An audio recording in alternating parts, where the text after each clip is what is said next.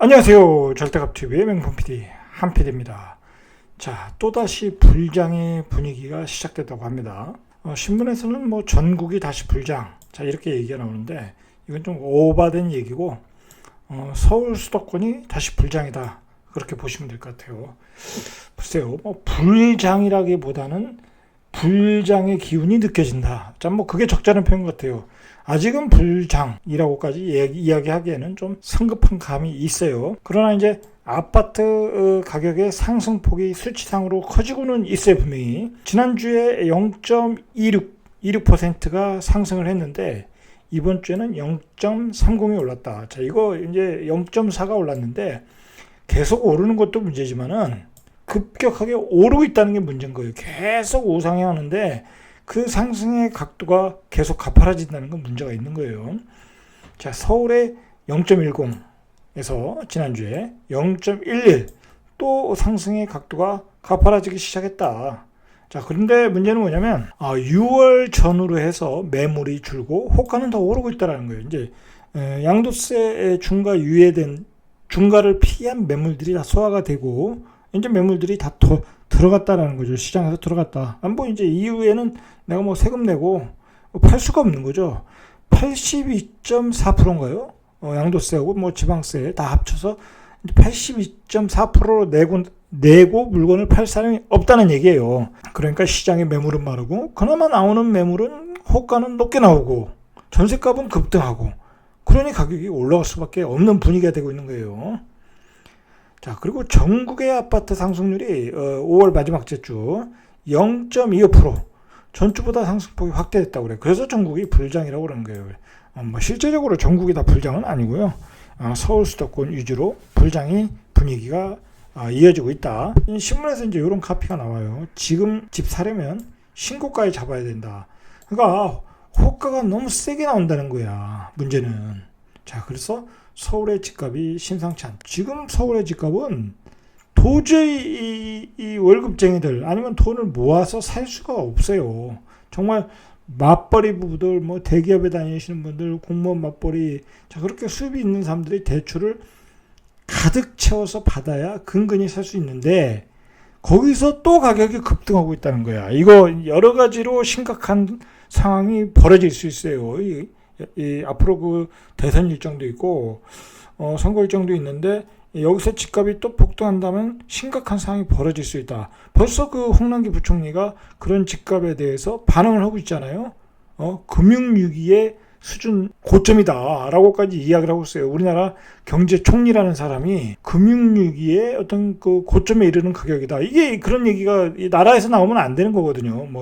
어떤 경제학자나 애널들이 나오는 얘기인데, 경제부총리가 그 정도 할 정도면 이게 뭔가가 이제 상황이 좀 심각한 거예요. 뭔가가. 자, 왜 심각한지는 뒤에 가서 한번 보시죠. 자, 수도권까지 확산이 되고 있어요. 자, 수도권이 0.26에서 0.30. 자, 많이 올랐어요, 지금. 자, 이게 문제는 뭐냐면, 전체적으로 이 빌라가 매매가 잘 되고 있다고 그래요. 매물이 부족해서 호가가 꾸준히 올라간다는 얘기는, 뭐라 할까요? 공급이 딸리다는 거야. 빌라까지 사러 들어간다는 얘기는. 전세 가격이 너무 올라갔으니까, 빌라라도 사자, 가격이 올라간다는데, 자, 그렇게 해서 빌라까지 들어오고 있다는 거예요. 실제로 이번 주에 0.11 전세 가격도 꿈틀하고 있다 이거. 전세 가격. 그나마 이제 연초에 1분기에 전세 가격이 안정됐었거든요. 자, 그런데 전세 가격도 급등을 하고 시작했다. 자, 어느 정도 급등했냐면 강남 쪽으로 보면은 전세 매물이 품귀 현상이 일어나고 있다는 거예요. 자, 이게 다 이제 지금까지 정부가 25번의 규제 때문에 일어나는 현상이에요. 그 강남에 이제 그 실거주 요건 강화하고, 그 다음에 그 세금 폭탄 강하니까 전세가 월세로 바뀌고, 그러니까 매물이 귀해지지 않겠습니까? 강남의 매물이. 자, 반포 전용 아크로 리버파크죠, 이게. 84가 전세가 25억이야. 이게 말이 됩니까, 이게? 25억이 매매가였어요, 매매가. 자, 이렇게 되면 어떻게 되겠어요? 그럼 예를 들어서 매매가가 32억이면 7억만 있으면 사겠죠? 이게 또 갭 투자가 들어오는 거야, 이렇게 되면. 자, 문제가 되겠죠? 자, 이렇게 서울 수도권의 가격이 급등하는 이유는 이렇게 5가지 이유로 딱 보시면 돼요. 일단 정부의 규제가 만드는 똘똘한 한 채, 그리고 그것의 어떤 대표적인 그 상품, 강남 재건축. 이게 폭등했죠. 자, 강남 재건축이 서초동, 서초구, 반포동에서 이제 대규모로 이루어지다 보니까 뭐 그런 것도 있고, 임대차 보호 3법 때문에 또 전세 매물이 또 귀해진 것도 있고, 자, 여러 가지 이유로 강남 전세 가격은 폭등했고, 자, 그러니까 당연히 이제, 그리고 또 똘똘한 한 채가 요즘 대세가 됐고, 자, 그러다 보니까 당연히 강남 재건축이 오르고 강남 전세 가격이 오르더라는 거야. 자, 또 다른 이유 역시 임대차 보호 3법이 컸다. 이게 컸다. 자, 그 다음에 그러면 시장에 현재 유통 물량이 많이 나와서 많이 거래되면 상관없겠죠. 자, 그런데 중과세가 82%가 이제 적용되다 보니까 유통 물량이 급감을 하는 거죠. 이제 팔 사람이 없어요. 82.4%를 내고 누가 팔겠습니까? 자, 요런 5가지 이유로 서울의 아파트가 급등했고, 자, 서울의 아파트가 급등하니까 당연히 급등을 하는 현상이 나타나게 되는 거죠. 지난주에 강남구가 0.08에서 0.16, 2배가 올랐어요. 2배가. 퍼센테이지로 보면 상승률이 2배가 됐다는 거죠. 자, 서초구가 0.08에서 0.18. 자, 이거는 몇 배인가요? 자, 송파구가 0.10에서 0.19, 거의 2배가 올랐어요. 자, 매매 가격이 이 노원구 상계동 쪽으로도 요즘 강세거든요. 자, 상계주공 14단지 전용 90제곱미터. 이거 지난달 11일에 9억 8,500을 찍었다고 그래요. 자, 이것도 가격이 한 5천 원 올랐나요? 좀 많이 올랐어요. 강남구 개포동 경남아파트 전용 123제곱미터가 지난달 7일에 32억 원. 자, 올 초에 26억 8천. 그러니까 거의 5억이 올랐어요. 5억. 강남이 이렇게 계속 오르고 있다. 자, 그것은 정부의 규제가 만드는 똘똘한 한 채. 자, 제가 이야기했어요. 지난번에 이 좌파 정부에서 어떤 모든 규제는 강남의 집값을 올리는데 아주 최적화되어 있어요. 그 규제가. 자, 그래서 많이 욕을 먹는 거잖아요. 그런데 정부도 그걸 모를 리가 없겠죠. 지금의 좌파 정부도 모를 리가 없어요. 그거에 대해서는. 왜 모르겠어요. 알죠. 자, 그러니까 정부의 입장에서는, 좌파 정부 입장에서는 어떻게 했어요? 좋다. 우리의 정책 때문에 니들이 혜택을 봤으니까 세금을 때리겠다 이거죠. 세금을. 보유세, 종부세를 어마어마하게 때리겠다. 그 세채 되면 거의 좋은 거 2개 가지고 있으면 1억 이상 내야 되잖아요. 자, 좌파 정부는 그렇게 대응을 했고, 그 다음에 그 고가주택을 많이 가진 그 부자들은 어떻게 반응했어요? 그래? 그러면 증여로 간다, 우리는. 아니면 고액의 월세로 간다. 자, 그렇게 된 거예요. 그게 지금 시장에 나타나고 있는 거예요. 강남의 부자들과 지금 어떤 좌파 정부의 싸움이 시장에 이 염증으로 이렇게 나타나고 있다. 전세가가 급등하고, 매매가가 급등하고, 재건축이 또 급등하고, 자, 그러니까 갭이 적으니까 다시 갭 투자가 들어오고, 자, 그런 악순환이 계속되고 있다. 자, 이렇게 이 강남이 우리나라의 또 아파트 가격 구조는 강남이 급등을 하면 그 옆에 있는 지역들이 계속 번져가는 거예요, 도미노로. 마용성이 번져가고, 송파구가 번져가고, 마용성이 번져가면 또 그 도시 외곽이 번져가고, 신도시로 또 가고, 자, 그런 현상이 계속 반복되면서 지난 8년간 계속 상승 사이클을 그려온 거예요, 이게. 개포동의 우성 3차, 이건 이제 오래된 아파트죠. 전용 133제곱미터가 28억 9천에 거래됐다고. 이게 지난해 26억 5천. 자, 5개월 만에 2억이 넘게 올랐다고 그래요. 자, 강남구 도곡동 타워팰리스 2차가 전용 면적 164제곱미터 40억에 거래됐대요. 40억. 자, 지난 3월에 35억. 5억이 올랐다. 이게 이제 전세 가격이 좀 심각한 게 뭐냐면, 이게 계속 우상향인데 100주간 이상 상승을 하고 있다고 그래요. 100주 동안 계속 전세 가격이 상승하고 있다. 자, 그럼 그 원인을 파악해야 되죠. 바로 그 원인은 임대차 보호 3법이라는 거예요. 보호 3법.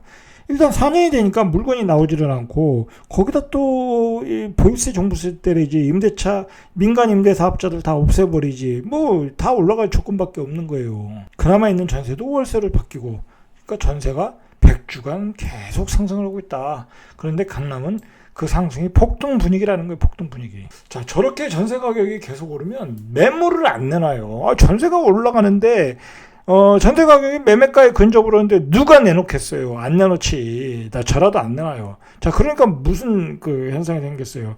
그 얼마 전에 나왔잖아요. 그 반푼가 아크로 리브파크인가 전세 가격이 뭐 예를 들어 뭐 어디 7억이었는데 뭐 10몇 억으로 올리니까 7, 8억 올리니까 세입자가 안 나가. 자, 그래서 세입자하고 그 협의를 해서 나갈 때 위로금으로 8,500만 원을 주고 내보냈다고 그러잖아요.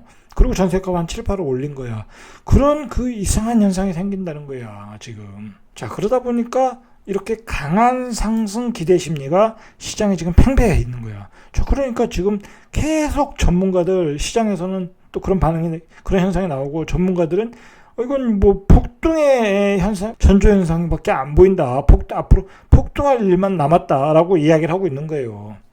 자, 그런 데다가 하여튼 매물은 없고, 오세훈 서울시장은 취임해서 규제 완화를 계속 강조하고 있고, 거기다가 이제 서초동에 대규모 재건축 이주가 시작되고, 그러니까 모든 여건을 만들어 놓은 거. 그리고 거기다가 내후년에 서울의 입주 물량은 급감하고. 자, 그러니까 전문가들이 계속 폭등 이야기를 하는 거예요. 지금 전세가 얼마나 심각하냐면 이 매물이 씨가 말랐다고 그래요. 특히 이제 강남에서는. 자, 서울에서 가장 높은 상승률을 기록한 서초구 0.26이 올랐다고 그래요. 전세 매물이 씨가 말랐다. 자, 반포동의 반포 센트럴 자이가 총 757가구. 자, 매물이 하나도 없다고 그래요, 매물이. 자, 강남에서는 그 월세가 대세랍니다. 월세 반전세가 대세라고 합니다. 그럼 전세는 없는 거죠. 아까도 말했듯이 아크로 리버파크 84가 전세 가격이 20억이다. 자, 이렇게 되면 어떻게 되겠어요? 한 7, 8억 가지고 있으면 뭐 집 하나 팔면 뭐 예를 들어서 이런 분이 있겠죠. 지방에 있는 집을 팔아. 한 7, 8억이 만들어져요. 자, 그럼 이 돈을 뭐 하겠어요? 나는 뭐 딴 데 전세 살고 이런 거 하나 사는 거죠. 갭 투자로. 그렇죠? 갭 투자로 이런 거 사는 거예요. 왜냐면 이 가구 가지고는 또 안 되니까. 그런 사람이 늘어날 수 있다라는 거예요. 그러니까 계속 똘똘한 한 채가 되고 강남의 아파트가 계속 올라가는 거예요. 다른 아파트 다 팔고 한 채로 몰아가고 자기는 전세 살고 이런 데 투자로 넣어버리는 거야. 자, 이게 문제가 되는 거예요. 자, 이렇게 되니까 자, 요즘 이게 정부가 급해졌어요.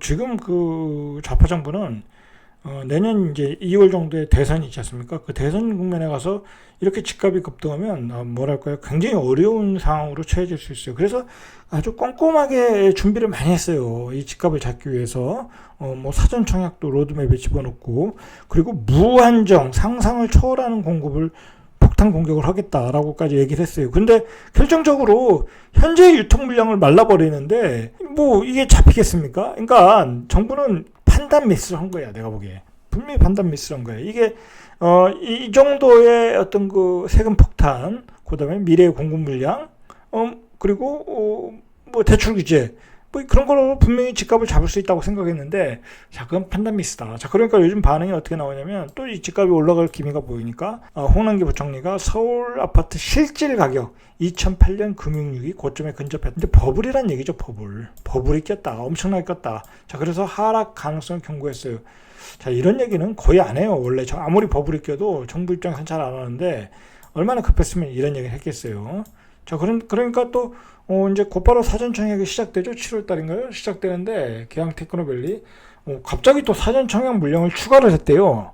예를 들어 뭐 1000가구 정도가 1000가구를 더 추가했다는 거죠.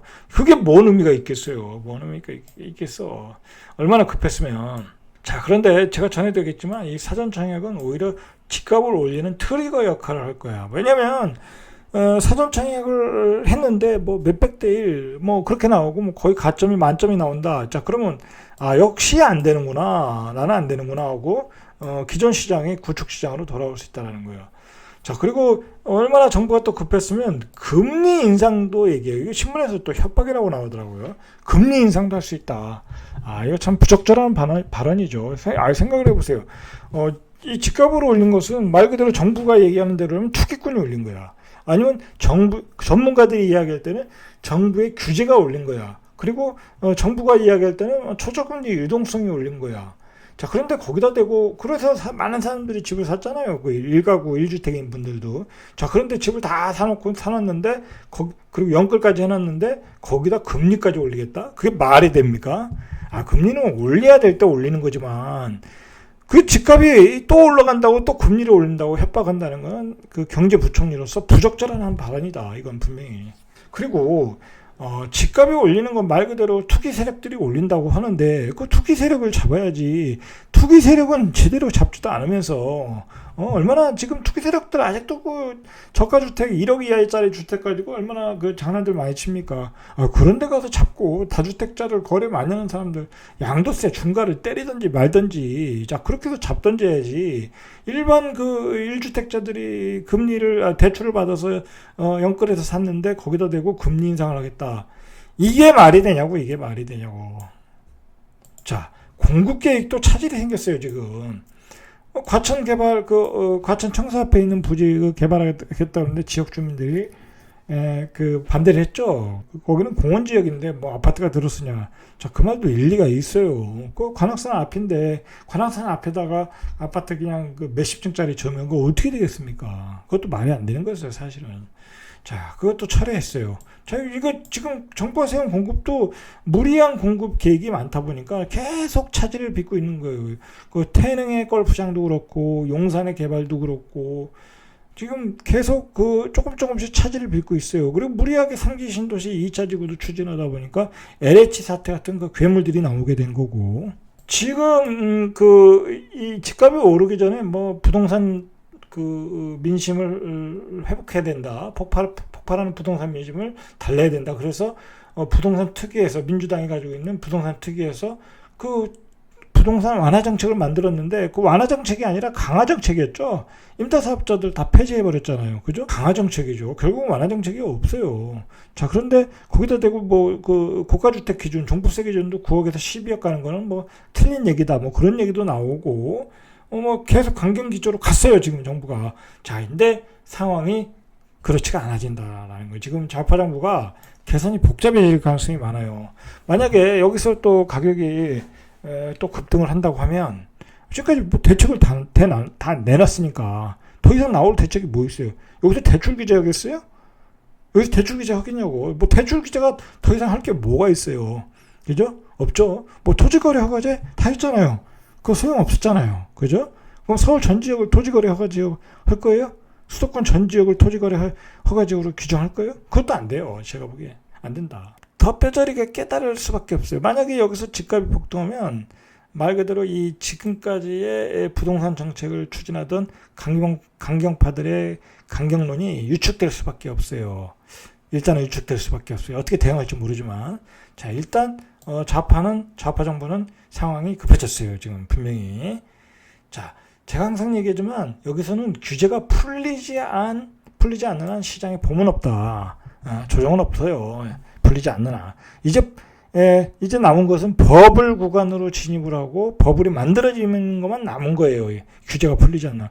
아니, 시장에 유통 물량이 없는데, 팔 물건이 없는데 살 사람은 많고 팔 물건은 없고 임대차 보호3법으로 전세 가격은 폭등시켜놨고 차라리 임대차 보호3법을 하지 말았어야 되는 거예요. 이 정부는. 그건 다음에 하든지 다음 대선에서 정권을 잡고 하든지 했어야 되는데 공급 물량이 풍부할 때 임대차 보호3법을 했어야 되는데 2021년도 2022년도 공급 물량이 부족한 구간에서 어떻게 임대차 보호3법을 하냐고.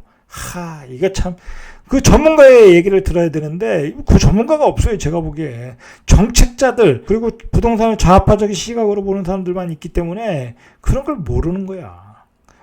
공급량이 모자른데 거기다 임대차 보호3법을 딱 때려버리면 어떻게 되겠냐고. 지금 제가 앞에서 봤던 현상이 나올 수밖에 없어요. 강남의 빌라 다 팔리고 강북의 빌라 다 팔리고 심지어는 그 오피스텔까지 다 투룸 오피스텔까지 다 오르고 거기에 투기꾼들이 들어가서 투기 거래해서 또 오르고 그런 현상밖에 안 나오는 거야. 참 말을 하면 길어집니다. 여러분 지금은 그 세상이 조금 바뀌고 있어요. 이 좌파 정부나 보수 진영이나 뭘 생각을 해야 되냐면 뭐 사실은 또 이게 또 지금 유행하는 건 아니야. 지금 이준석 위원이라고 해야 되나요? 지금 국민의힘 당대표 출마하신 분이죠. 어린 분이에요. 36살인가? 자, 이 사람이 지금 태풍이에요. 태풍. 그냥 돌풍을 일으키고 있어요. 근데 제가 이제 저도 이제 이 사람이 나오는 라디오 정치 인싸 그게 이제 이분이 여기서 많이 패널로 나와서 이제 많이 이야기 하는 프로그램인데 사실 아주 그 논리가 뛰어나요. 말도 잘하고 젊은 사람이잖아요. 그리고 어쨌든 많이 배운 사람이잖아요. 하버드대까지 나오고 정치적인 경력이야 짧지만 어쨌든 이런 그 젊은이들의 젊은이들이 생각하는 20대, 30대들이 가지고 있는 생각을 정치적인 논리로 어떤 대변을 하는 그런 사람이었어요. 이 사람이. 자, 그 사람이 지금 태풍을 일으키고 있는 거야. 자, 이 얘기는 뭐냐면 이런 현상은 뭐냐면 제가 생각해 2030이 너무나 이 세상에 불만을 품고 있다는 거야. 안 그렇겠습니까? 취업도 안 되지. 코로나 때문에. 원래도 안 됐지만 잘. 그리고 집값은 거의 뭐 이제 월급으로 살 수 없는 가격이 되었지. 예? 그리고 소위 말해서 꼰대들은 계속 꼰대질을 하지. 그 라떼. 예? 라떼. 그게 유행어 아닙니까? 자, 그런 세상이 되었다, 지금은. 자, 그리고, 우리가 이걸 생각을 해야 돼요. 이거 좀 복잡한 얘기인데, 예, 그 야당의 입장에서 윤석열이 가장 강력한 대권 후보 아닙니까? 자, 이 사람이 또 이제 서서히, 대권 행보를 시작했어요. 자, 이준석이 태풍급으로, 지금, 오고 있고, 또 윤석열은 또 등장을 시작했고, 자, 이런 상황.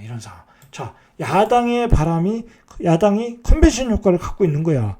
지금 그럼 여당은 오히려 이렇게 후보가 다 압축이 되고 있잖아요. 한 사람으로. 이재명 씨가 제일 그 투표율이 많이 나오지 않습니까? 자, 그런 국면에서, 그런 정치적인 상황 국면에서 지금 집값이, 서울 집값이 또 급등을 하고 있다는 거야, 제 얘기는. 자, 그러면 이게 어떻게 되겠습니까? 이 국면에서 집값의 급등은 이 좌파 여당에게는 굉장히 불리한 이 상황이 전개될 수밖에 없는 거예요. 그러니까 지금 그 홍남기 부총리가 입장에서는 하지 말아야 될 수사적 표현까지 나오는 거야. 뭐 금융위기적인 고점이다. 금리 인상을 해야 되는 게 아니냐. 막 그렇게 협박성 발언까지 나온다는 거야. 이런 상황에서 이 지금 강경론이 득세하고 있는데 강경론이 유지가 되겠냐 이거야. 예?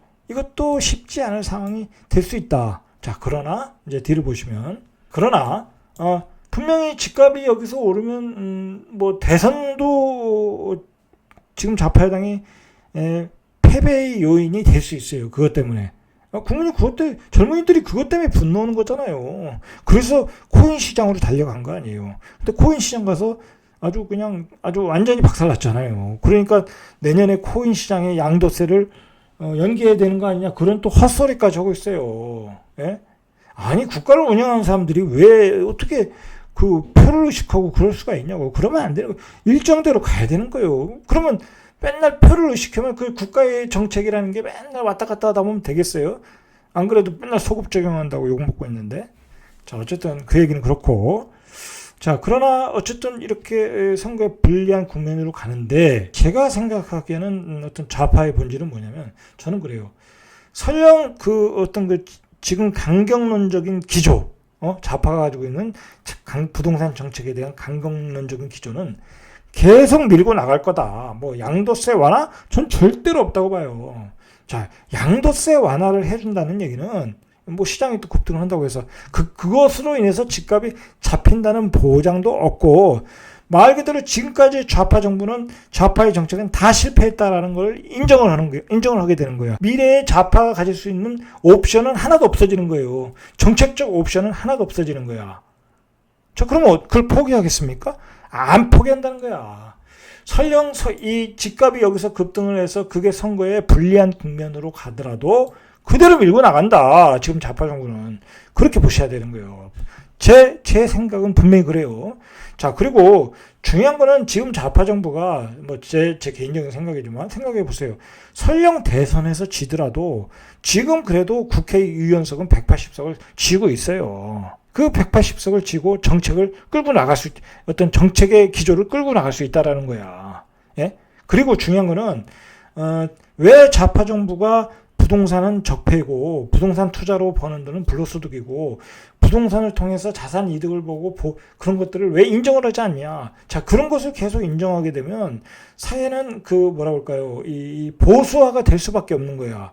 예? 금전화, 부동산을 통한, 불로소득을 통한 자산가들, 뭐 소득을 본 사람들이 많아진다는 거는, 그리고 자기 집값이, 집을 깔고 있는데 그 집값이 올라간다. 자, 그것은 그 사람들이 나이가 들으면 안 그래도 보수화 되는데 보수화 될 수밖에 없다라는 거야. 그러니까 장기적인 측면에서 이 지금의 좌파 정부는 이 부동산 정책은 지금의 기조가 맞다. 선거가 어떠한 국면으로 가더라도 그게 확고하다는 거야, 확고. 그렇게 해서 장기적으로는 좌파가 생각하고 있는 그런 주택 정책, 공공 임대주택, 그리고 젊은이들 뭐 행복주택, 그리고 역세권의 고밀도 개발을 통한 또 임대주택, 자, 그런 것을 통해서 어떤 그 미래의 확고한 어떤 지지층을 확보하려는 의도가 있는 거예요. 그러니까 장기적인 플랜에서는 절대로 흔들리진 않는다는 거야. 부동산 정책은 바뀌지 않는다는 거야. 우리가 그걸 알고 있어야 돼요. 예? 지금 뭐 이번 대선에서 누가 이길지 모르지만 뭐 야당이 이겼다 치더라도 그 다음 대선은 누가 또 이길지 모르잖아요. 그리고 국회의원 선거도 또 엎치락뒤치락 할 것이고. 자, 그러나 그 정책 기조는 앞으로 몇십 년 동안 바뀌지 않는다. 자, 그러니까 좌파가 지금 다 세우고 있는 게 뭐예요? 좋다 이거야. 다주택자들 다 가져가라. 강남 다주택들 다 가져가라. 계속 세금 때리겠다라는 거 아니에요. 세금을 때려서 세금을 내고 그걸 가지고 복지 증세를 하겠다는 거잖아요. 가격이 많이 올라가니까 세금 내라. 그거 가지고 복지 증세 하겠다는 거예요. 자, 그리고 팔면 양도세 내놓고. 자, 그리고 어쨌든 좌파 정부도 가격을 다운시켜야 될 거 아니에요. 그죠? 가격을 폭락시켜야 되는 의무가 있잖아요. 지금 기대감이 있잖아요. 국민적. 자, 그러니까 무한적 상상 초월하는 공급 물량을 시장에다 퍼붓겠다라는 거예요. 지금. 자, 이런 좌파 정권의 어떤 기다란 그 어떤 부동산 정책, 어떤 정권의 어떤 플랜, 그리고 큰 그림을, 집을 가지신 분들, 다주택자들, 그리고 주택을 가지고 자산을 늘리시는 분들 깊게 고민을 하셔야 돼요. 자, 그리고 전략을 바꾸셔야 되는 거야. 장기적으로 전략을 바꾸셔야 돼.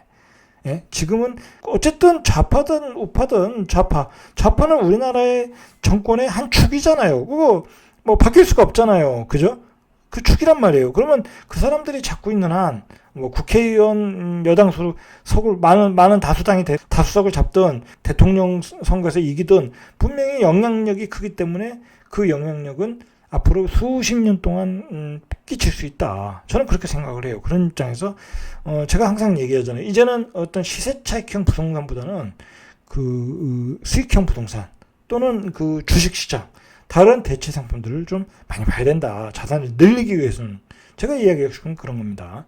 자, 오늘은 여기까지. 이상 절대값 TV의 명품 PD 한 PD였습니다.